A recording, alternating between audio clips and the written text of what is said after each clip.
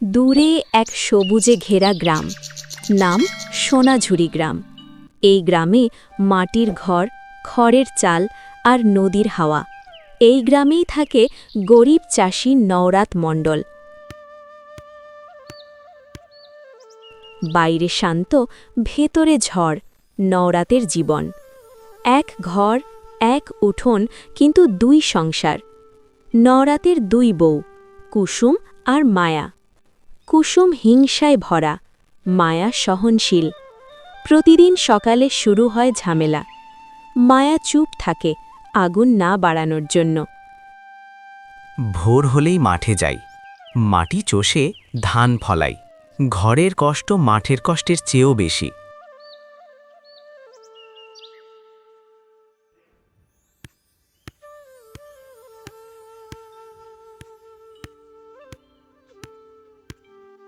আমার হাড়িতে তুই হাত দিলি কেন? এই ঘরে আমি আগে এসেছি, সব অধিকার আমার। দিদি, আমি ঝগড়া চাই না, আমি শুধু সাহায্য করছিলাম। ঝগড়া হলে সংসার ভাঙে। আমার হাড়িতে তুই হাত দিলি কেন? সংসার ভাঙুক, তবু আমি ভাগ করব না। নরাত আমার, এই ঘর আমার। দিদি, আমি তো শুধু তোমার রান্নার কাজে সাহায্য করতে এসেছিলাম।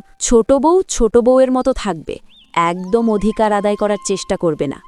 এই বাড়ির বড় বউ আমি, তাই সব অধিকার আমার। আমার মনে কোনো হিংসা নেই, আর আমি কিচ্ছু অধিকার চাই না। আমি চাই একটু শান্তি। তুমি যদি না চাও, তাহলে আমি রান্নাঘর থেকে এক্ষুনি চলে যাচ্ছি। এক ঘরে দুই বউ মানে আগুন, কেউ জ্বলে কেউ পড়ে। আমি আগেই বলেছিলাম, কে শোনে কার কথা।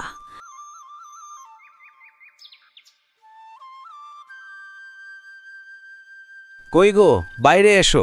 বাজার থেকে একটু খাবার এনেছি, থলেটা নাও দেখি। কি গো, তোমায় দেখে ক্লান্ত মনে হচ্ছে? হ্যাঁ গো, আজ সকাল থেকে যা পরিশ্রম হলো জমিতে, শরীরটা একটু খারাপ করছে গো। থলেটা নিয়ে আমাকে এক গ্লাস জল দাও তো।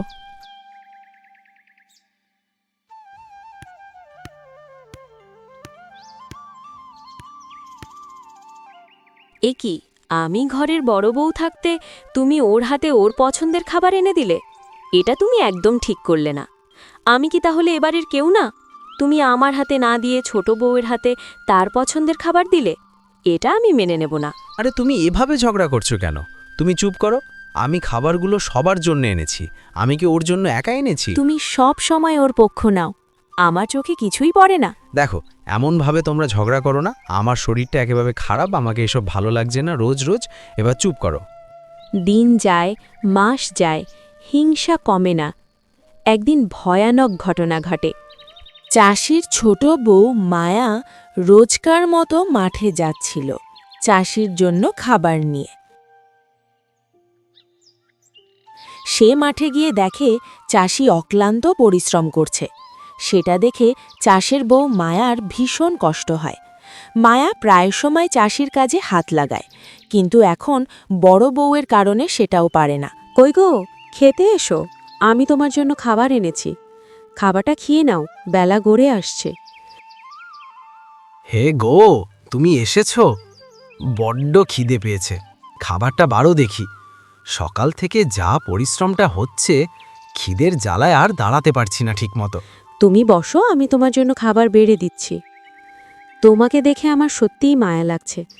তবে আমি যদি তোমার সাথে কাজে হাত লাগাই, তাহলে বড় দিদি আমার সাথে অনেক ঝামেলা করবে। আর ঝামেলা হলে তো সংসারে অশান্তি। জানো তো, মাঠে এলেই আমার বাড়ির জন্য ভীষণ চিন্তা হয়। বড় বউটা যে কবে বুঝবে, রোজ রোজ একই ঝামেলা। আর ভালো লাগছে না আমার। আজকে বড় বউ কোনো ঝামেলা করছিল নাকি? আরে না না, আসতে এমন কিছু হয়নি। আজ তোদের শান্তই ছিল, আমার সাথে তো ঝামেলা করেনি আজ দিদি। আচ্ছা, তুমি এবার খাবারটা খাও তো দেখি। বেলা তো গড়ে এলো, আর তোমায় খিদে পেয়েছে। তোমায় এসব নিয়ে ভাবতে হবে না। দিদি দিদির মতোই থাক না। সে যখন না বোঝে, তাহলে তাকে বুঝিয়ে লাভ নেই। সে একদিন ঠিকই বুঝবে। যাক, শুনে ভালো লাগলো। হ্যাঁ, তুমি খাবারটা বাড়ো। চাষি এটা শুনে ভালো লাগলেও মনের ভেতর ভয় কাজ করছে, কারণ বড় বউ শান্ত মনে ভয়ানক কিছু হতে চলেছে। চাষি বুঝতে পারলেও ছোট বউকে কিছু না বলে সে খাবার খেতে শুরু করল। এদিকে বড় বউ সন্ধিপাতে কিভাবে ছোট বউকে অপবাদ দিয়ে এই বাড়ি থেকে তাড়ানো যায়, কারণ সেভাবে ছোট বউ থাকলে আমি কখনোই ভালো থাকতে পারবো না।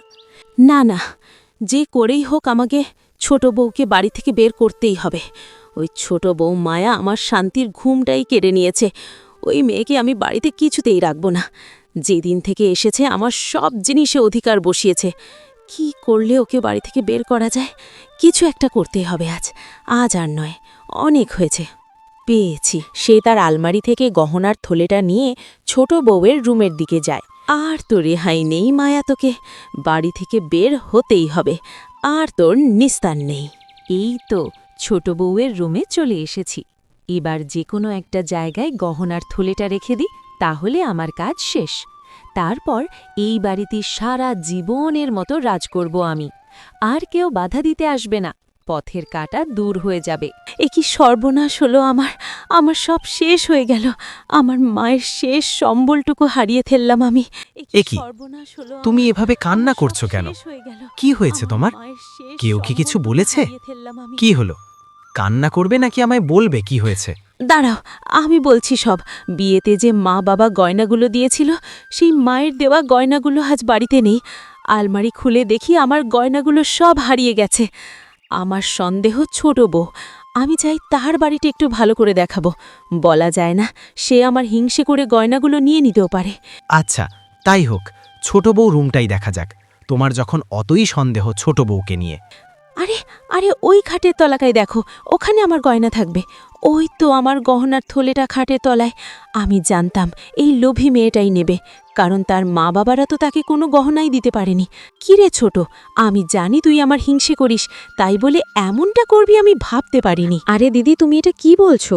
আমি কেন নিতে যাব তোমার ওই সোনার গহনা? আমি কিছু নিইনি। তুমি এটা করতে পারলে? হ্যাঁ, আমি মানছি বড় বউ তোমার সঙ্গে সবসময় ঝগড়া করে, তাই বলে তার মায়ের স্মৃতিগুলো তুমি এভাবে... ছি ছি ছি, ভাবতেই আমায় খারাপ লাগছে। তোমার থেকে এটা আশা করিনি আমি। নওরাত, কেউ বিশ্বাস করুক না করুক, তুমি তো করো আমায় বিশ্বাস। বিশ্বাস করো, আমি দিদির সোনার গহনার থলে আমি নিইনি। তুই একদম ভয় করবি না মা, তুই নির্দোষ, তোর কোনো ভয় নেই। উপরবালা এত অন্যায় কখনোই সহ্য করবে না।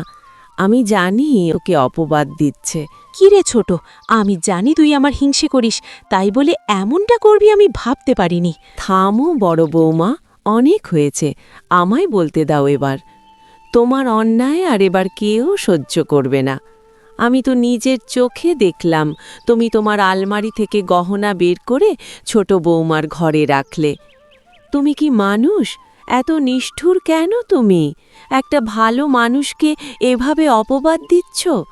তুমি নিজের মুখে স্বীকার করবে নাকি আমি সব বলবো? এ কি বলছে বড় বউ? মা কি সত্যি বলছে? না মানে, হ্যাঁ মানে, আমি ক্ষমা করে দাও এবারের মতো। আমার ভুল হয়ে গেছে, আমি বুঝতে পারিনি।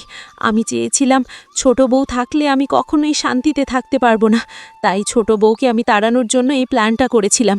প্লিজ আমায় ক্ষমা করে দাও, আমি এরকম ভুল আর কখনো করব না। তুমি এভাবে ছোট বউকে অপবাদ দিচ্ছ, তোমার লজ্জা করে না?